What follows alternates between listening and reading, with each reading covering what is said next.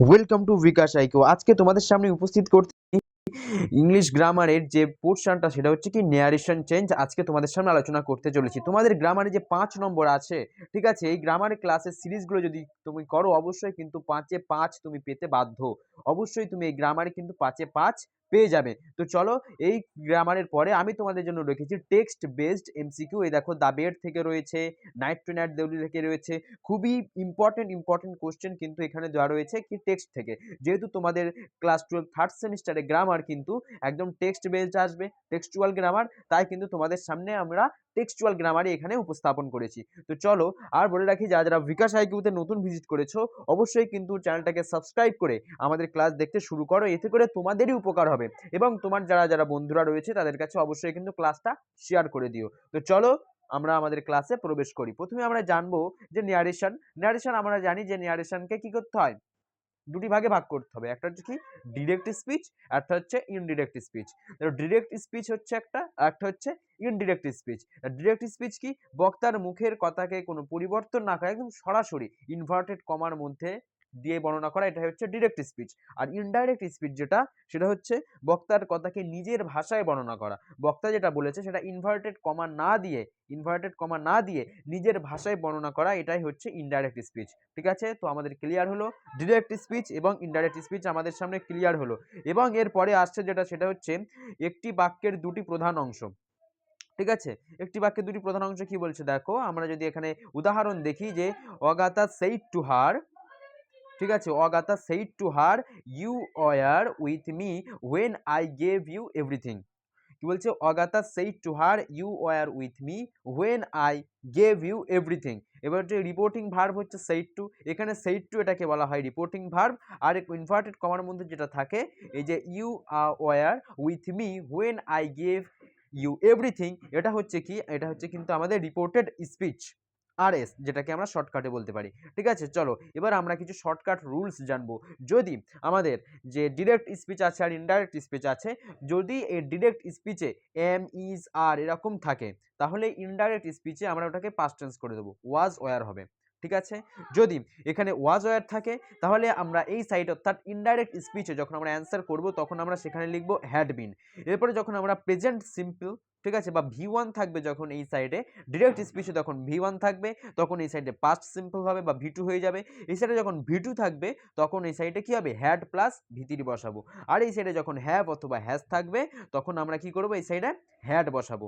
আর যখন ডিরেক্ট স্পিচে can, may, shall, will এই সমস্ত কিছু থাকবে তখন আমরা কি করব, কুড, ঠিক আছে, কুড, মাইট, শুড, উড এসব বসাবো। ক্যানের বদলে আমরা বসাবো কুড, মের বদলে আমরা বসাবো মাইট, আর শ্যালের শুড, আর উইলের উড, এই সমস্ত কিছু আমরা বসাবো। ঠিক আছে, তো ক্লিয়ার হলো। অ্যামিজার থাকলে ওয়াজ ওয়ার থাকলে হ্যাড বিন, V1 থাকলে V2, আর V2 থাকলে হ্যাড প্লাস V3, আর হ্যাভ হ্যাজ থাকলে হ্যাড, আর এই সমস্ত কিছু থাকলে এই সমস্ত কিছু হবে। তো ক্লিয়ার হলো আমাদের সামনে। চলো এবার আমরা যাব আমাদের নেক্সট। কি বলছে দেখো, যে এবার দুটি ব্যতিক্রম আছে, সেটা কি, ইউনিভার্সাল ট্রুথ যদি চিরন্তন সত্য বোঝায়। কি বলেছি, যদি চিরন্তন সত্য বোঝায়, এই যে ইউনিভার্সাল ট্রুথ যদি চিরন্তন সত্য বোঝায়, যেরকম আমি যদি বলি যে সূর্য পশ্চিম দিক থেকে ওঠে তাহলে তো এটা চিরন্তন সত্য।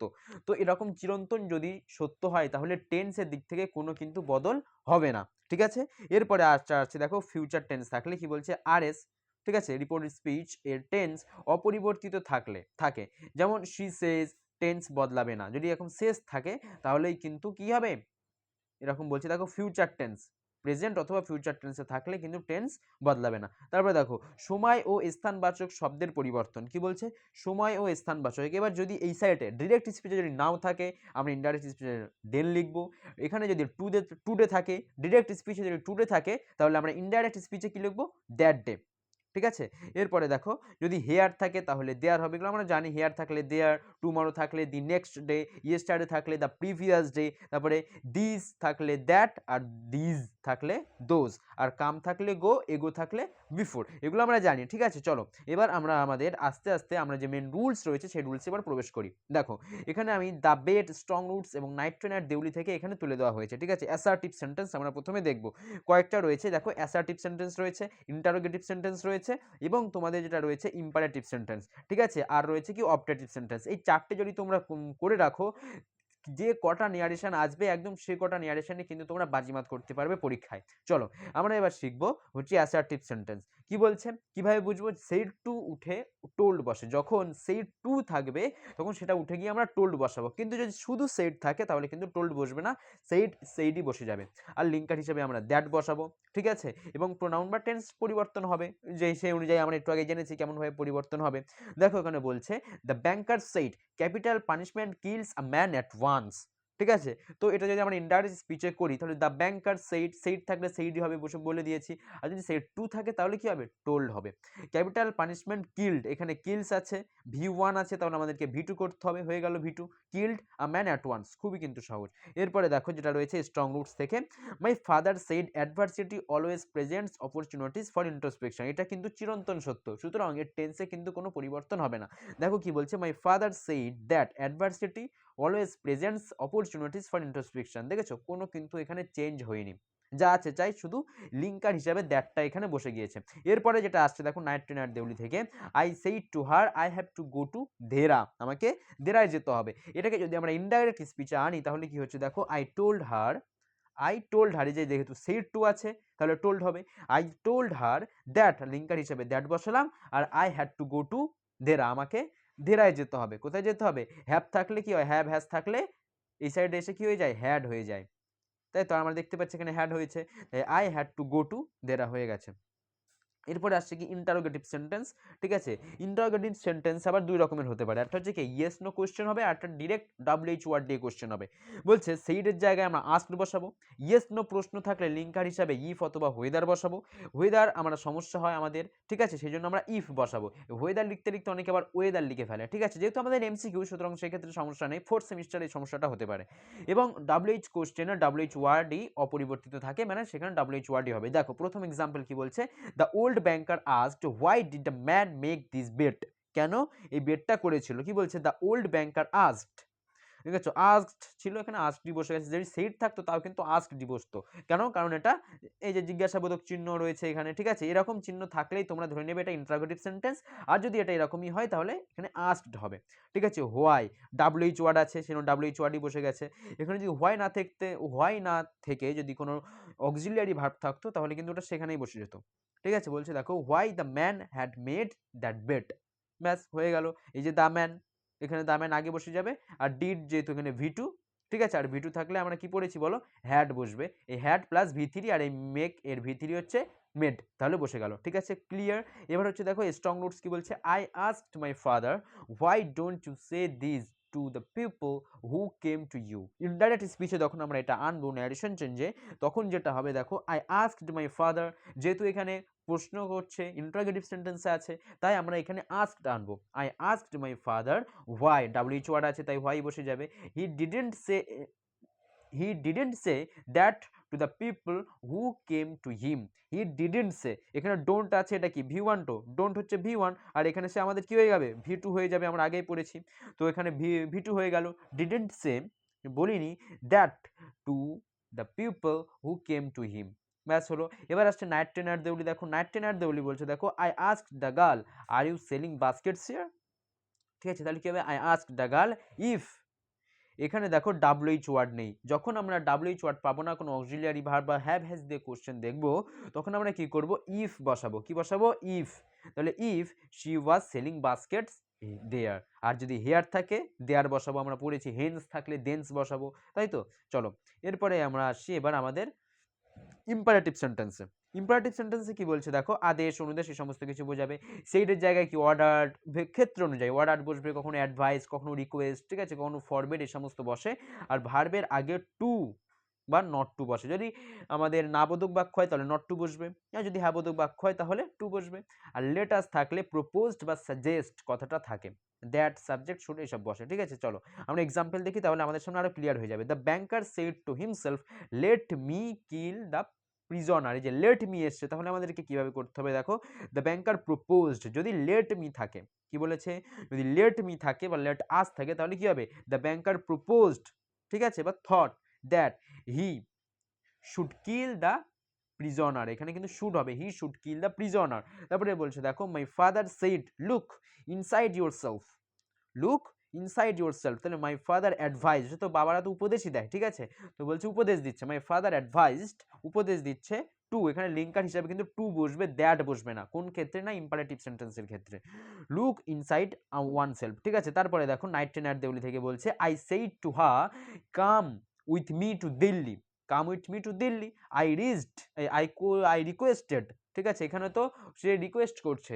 সুতরাং এখানে হবে আই রিকোয়েস্টেড, ঠিক আছে, আর টু, ঠিক আছে, লিঙ্কার হিসাবে টু বসবে, to go with me in to Delhi, তো কোথায়, দিল্লি। এবার হচ্ছে অপটেটিভ সেন্টেন্স, ঠিক আছে, অপটেটিভ সেন্টেন্স আমরা যখন করব হুইচড বা প্লেড কথাটা বসবে, ঠিক আছে, খুব ক্লিয়ার। দেখো অপটেটিভ সেন্টেন্স কি বলছে, the old man said may God bless the young prisoner, may God bless the young prisoner, যখন এটা আমরা করব অপটেটিভ সেন্টেন্সে তখন কি হবে, the old man prayed, optative sentence যখন হবে, বা মে গড যখন এরকম ঈশ্বরের ডাকা হবে, ঠিক আছে, বা ঈশ্বরের কাছ থেকে প্রার্থনা এরকম করা হবে, তখন আমরা বলবো কি prayed that God might bless the young prisoner, God might bless the young prisoner. এবার যদি এক্সক্লামেটরি সেন্টেন্স থাকে, দেখো এক্সক্লামেটরি সেন্টেন্স যখন থাকবে, অর্থাৎ এই যে এই চিহ্নটা যখন বিস্ময় সূচক চিহ্ন যখন থাকবে, তখন আমরা কিভাবে করব, আই সেইড, আমি বললাম, how lonely the girl looks on the platform, ঠিক আছে, তাহলে কি ভাই এক্সক্লেমড ইন সরো, আই এক্সক্লেমড ইন সরো, যখন এক্সক্লামেটরি সেন্টেন্স থাকবে তখন আমরা কি করবো, এই যে এক্সপ্লেইনড ইন জয়, অথবা এক্সপ্লেইন ইন সরো, অথবা এক্সপ্লেইন, ঠিক আছে, এক্সক্লেইমড ইন সারপ্রাইজ, এরকম বসাবো, তারপরে দ্যাট লিঙ্কার হিসাবে দ্যাট, ঠিক আছে, তাহলে এই যে দ্যাট বসে গেল, the girl looked very lonely on the platform, আর একটা এক্সট্রা ভেরি অথবা সো বসে যাবে, ঠিক আছে।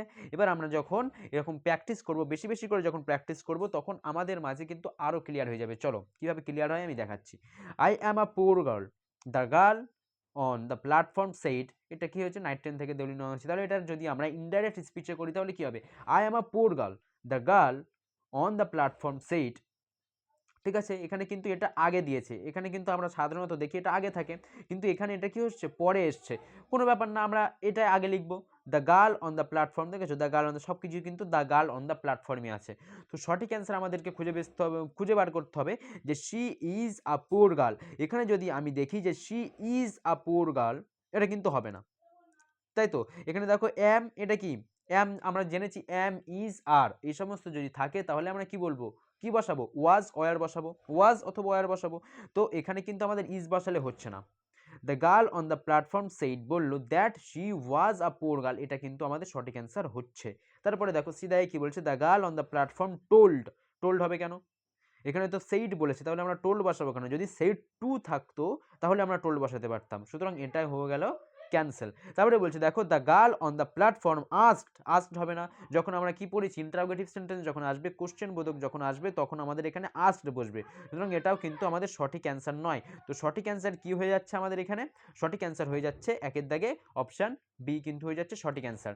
দেখো তারপরে বলছে হোয়াই ডু ইউ ক্রাই, কি বলছে, why do you carry this baskets, I asked the girl, ঠিক আছে, I asked the girl why do you carry the baskets, এটাই কিন্তু আমাদের সেই ইন্টারোগেটিভ সেন্টেন্স চলে এসেছে, যে বা কোশ্চেন বোধক মার্কস, ঠিক আছে, এবার কিন্তু চলে এসেছে, এবার আমরা কি বসাবো বলো, আস্কড বসাবো, ঠিক আছে, কি বসাবো, আস্কড বসাবো। দেখো এখানে কি বলছে, আই আস্কড, ঠিক আছে, সব কটা আই আস্কড আছে, ঠিক আছে, I asked the girl why, ঠিক আছে, ডব্লিউএইচ ওয়ার্ড দিয়ে করবো, ডব্লিউএইচ ওয়ার্ড আছে, এই দুটো কিন্তু ডব্লিউএইচ ওয়ার্ড নেই, এটাও কিন্তু ইফ বা ওয়েদার এটাও কিন্তু নেই, সুতরাং এই দুটোর মধ্যে যে কোনো একটা আমাদের অ্যান্সার হবে। তো দেখো এবার আমরা কিভাবে অ্যান্সারটা করি, এবার বলছে why she carried those Vazquez, ঠিক আছে, এটা এটা সঠিক, ঠিক আছে, ঠিক আছে, আর এখানে বলছে I asked the girl why did, এখানে ডিড ইউজ করেছে, দেখো হোয়াই ডিড শি ক্যারি, এর ডিড যদি আমরা ইউজ করি এখানে তো কোশ্চেন মার্ক হয়ে যাচ্ছে, কিন্তু আমরা যখন এখানে আসবো ইনডাইরেক্ট স্পিচে আসবো তখন কিন্তু আমাদের কোশ্চেন মার্কস রাখলে হবে না, সেখানে আমাদেরকে ফুল স্টপ আনতে হবে, ঠিক আছে, এটা কিন্তু অ্যাসার্টিভ সেন্টেন্সে পরিণত করতে হবে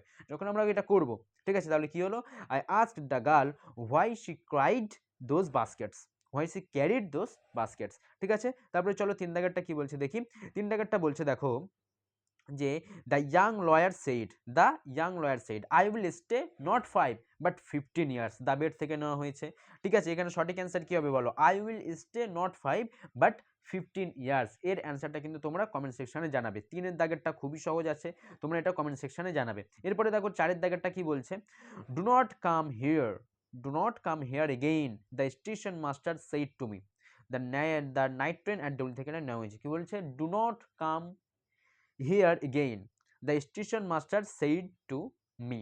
চারের দাগের সঠিক অ্যান্সার কি হবে দেখো, দ্য স্টেশন মাস্টার অ্যাডভাইজড, ঠিক আছে, উপদেশও দিতে পারে me, to not come there again, এটাও হতে পারে। আবার একটা কি বলছে দেখো, এটা কিন্তু আমাদের হবে না, কারণ বলছে দেখো অ্যাডভাইজড, ঠিক আছে, এখানে তো আমাদের অ্যাডভাইস দিতে পারে না, ঠিক আছে, স্টেশন মাস্টার কি আমাদের অ্যাডভাইস দেবে? কখনো না। তাহলে বলছে দেখো, the station master ordered me, আমাকে অর্ডার করেছে, not to go there again, সেখানে আবার না যেতে, কারণ দেখো এখানে কাম আছে, কারণ কাম আসলে আমরা কি হয় জানি, গো হয়, আর এখানে দেখো কামই বসিয়ে দিয়েছে, সুতরাং এ দাগেরটা কিন্তু সঠিক অ্যান্সার নয়। সঠিক অ্যান্সার হবে অপশন বি দাগ। এবার সি দাগেরটা দেখি, the station master forbade me, আবার এখানে ফরবেড দিয়েছে, আমাকে নিষেধ করেছে, টু গো দেয়ার এগেইন, সেখানে আবার যেতে, এটাও কিন্তু সঠিক অ্যান্সার। তাহলে আমাদের অপশন হয়ে যাচ্ছে কিন্তু option D, both B and C are correct, ঠিক আছে, দুটোই কিন্তু সঠিক অ্যান্সার। এরকমও কিন্তু তোমাদের পরীক্ষায় কোশ্চেন আসবে। এরপরে দেখো 5 দাগ, ডাজ আ ম্যান, কি বলছে দেখো, বলছে does not come here again, ঠিক আছে, না ওটা আমরা পড়েছি। এবার দেখো বলছে does a man live in this room asked the banker, ঠিক আছে, এটাও কিন্তু আমাদের কি বলো, ইন্টারোগেটিভ সেন্টেন্স, কোশ্চেন বোধক মার্কস, আর এটা কি দিয়ে হবে আমরা জানি, ইফ অথবা হোয়েদার দিয়ে হবে, আমি বলে দিয়েছি। এর সঠিক উত্তরটাও তোমরা কি করবে, কমেন্ট সেকশনে জানাবে। 6 দাগে দেখো কি বলছে, my father said adversity always presents opportunities for introspection, এটা আমি যখন তোমাদেরকে ন্যারেশন টেন্সটা বোঝাচ্ছিলাম তখন কিন্তু আমি তোমাদেরকে বলে দিয়েছি, ঠিক আছে, এটাও তোমরা কমেন্ট সেকশনে জানাবে, দেখি তোমাদের কেমন মনে আছে, ঠিক আছে। তারপরে দেখো, I have to go two Delhi, I said to the girl, খুবই সহজ। 7 দাগেরটাও কি খুবই সহজ, I told a girl that I have to go two Delhi, এটা হবে, নাকি I told a girl that I had to go two Delhi, এটা হবে। তো এখানে সঠিক অ্যান্সারটা কিন্তু হয়ে যাচ্ছে অপশন বি, দেখেছো, খুবই সহজ না। এরপরে দেখো 8 নম্বরে কি বলছে, the lawyer said I despise your books, I despise all the blessings of this world, খুবই সহজ এটা কিন্তু, কমেন্ট সেকশনে জানাবে, কমেন্ট সেকশনের সঠিক উত্তরটা কিন্তু দিয়ে দেবে, ঠিক আছে। এরপরে দেখো 9 দাগে কি বলছে, why don't you say this to the people, এটাও কিন্তু WH ওয়ার্ড দিয়ে কোশ্চেন করেছে, আই আস্কড মাই ফাদার, আমি বাবাকে জিজ্ঞাসা করেছিলাম, তাহলে কি হবে, আই আস্কড দিয়ে হবে, সুতরাং ডি দাগেরটা কিন্তু আমাদের একদম সঠিক উত্তর হচ্ছে না। I asked my father why, আবার এখানে দ্যাট দিয়েছে, তাহলে এটাও কিন্তু হবে না। এবার এই দুটোর মধ্যে যে কোনো একটা হবে, why he didn't say that to the people, এটা হবে, নাকি তার পরেরটা হবে যে হোয়াই ডিডেন্ট হি সে, এটা কিন্তু আমাদের কোশ্চেন বোধক হয়ে যাচ্ছে, ঠিক আছে, তো এটা হবে না। আমরা জানি যখন আমরা ইনডাইরেক্ট স্পিচে আসবো তখন কিন্তু কোশ্চেন মার্ক আসবে না, ঠিক আছে, সুতরাং এটাই হচ্ছে কিন্তু আমাদের সঠিক অ্যান্সার। চলো তারপরে বলছে 10 দাগ অ্যান্ড লাস্ট অ্যান্ড ফাইনাল, যেটা হচ্ছে let us talk about the bet tomorrow said the banker, এটা কিন্তু তোমাদের কমেন্ট সেকশনে জানাতে হবে, কোনো চাপ নেই, ঠিক আছে, এখানে কিন্তু তোমাদের উত্তরমালা বা অ্যান্সার কি দেওয়া হয়েছে, অবশ্যই তোমরা অ্যান্সার কি না দেখে একবার নিজেরা বাড়িতে প্র্যাকটিস করার চেষ্টা করবে। আর এই সমস্ত PDF যদি নিতে হয় অবশ্যই কিন্তু তোমরা আমাদের বিকাশ IQ চ্যানেলে চোখ রাখবে এবং এই নাম্বারে যোগাযোগ করবে, 8100191916, এই নাম্বারে যোগাযোগ করবে। আর এরকম অনেক রকমের PDF তোমরা পেয়ে যাবে। এর আগেও কিন্তু synthesis of sentence, splitting of sentence কিন্তু ক্লাস দেওয়া আছে, সেগুলো করবে, ঠিক আছে, আর এই ক্লাসটাও তোমাদেরকে দেওয়া হলো, ঠিক আছে। সুতরাং ক্লাসগুলো তোমরা খুব সুন্দর করে করবে এবং আমাদের সঙ্গে যুক্ত থাকবে আর বেশি বেশি করে শেয়ার করবে। তো চলো আজকের ক্লাস থাকছে এই পর্যন্তই, দেখা হচ্ছে পরের ক্লাসে, ধন্যবাদ।